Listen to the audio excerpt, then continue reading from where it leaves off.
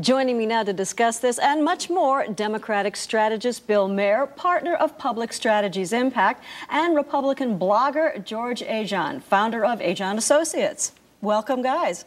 Thanks for having us. Tom Kane, getting tough, getting rough. What's going on?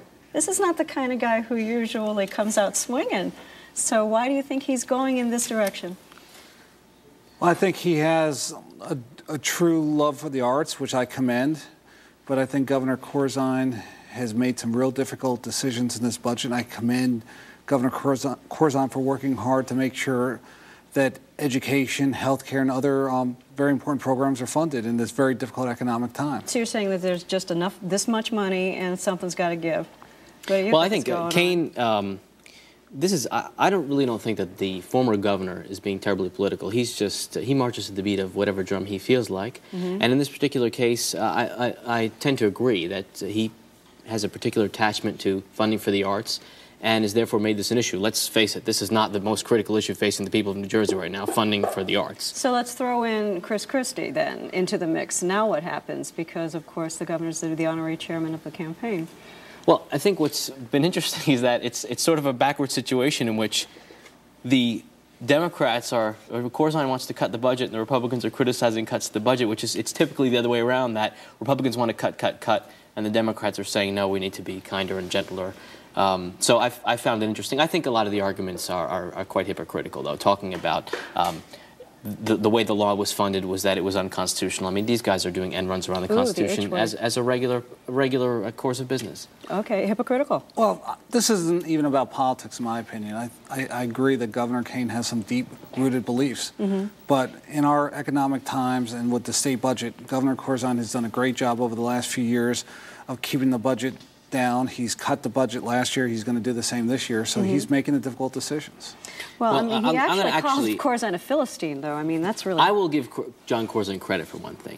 Unlike the rest of the rotten rats at Goldman Sachs, at least Governor Corzine bothered to get himself elected before he made horrible policies that ruin our lives, unlike Rubin and Paulson, who, because of these insidious connections in Washington, get themselves into prominent positions. Let's look more into the Christie thing now. Obviously, that is... He's looming large in this election. What impact do you think he's having on Christie's candidacy? Well, what I found interesting also this week was that Christie rolled out this whole ethics package. The Republicans have tried for the past few years to make ethics an issue, and it hasn't really worked all that well. I thought Christie was doing an excellent job and has been whipping Corzine in the polls strictly on the basis of the economic factors.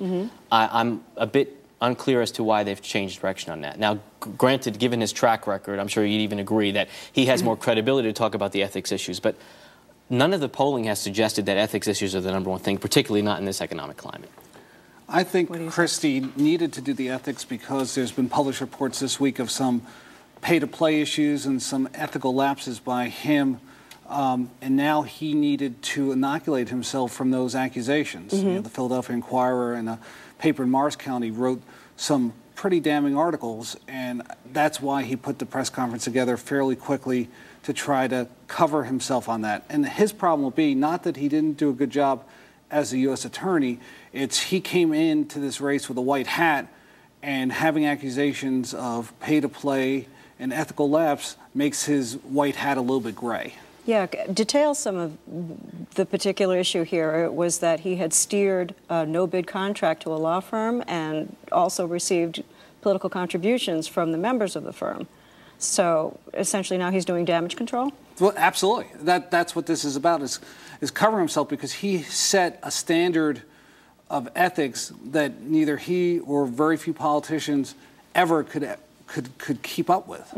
So.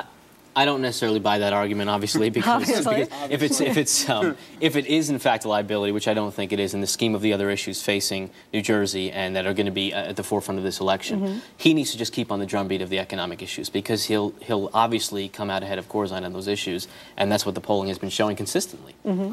I think he's going to ultimately lose, because I think the voters see that Corzine has made the difficult decisions, and Christie and for that matter, most of the other Republicans have not had an alternate economic plan. They've criticized the state budget, but they haven't come up with any real viable solutions to this problem. They didn't last year, and I don't anticipate them doing it this year either.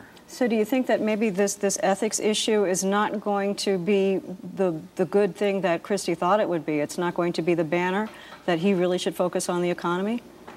I think it's, yeah, I exactly agree with that. He should just be pounding on that drumbeat of the economic issues. Corzine has mismanaged it. Corzine's Wall Street connections are part of the problem in the whole country, and Christie has a much better plan to make life better for New Jersey residents through sounder economic policies. But his strong suit was supposedly cleaning up the corruption. So the air is coming out of that balloon. I think that when you have articles in papers like the Philadelphia Inquirer and they document that basically his action is like all the other political figures in this state and in other places, it becomes clear. And there's nothing wrong. I'm not suggesting anything illegal. But it's going to be interesting. But if you come in saying you're going to be this, the guy with the white hat, and you're not, you could have some problems. Well, this is going to be an election to watch. Thank you very much, gentlemen.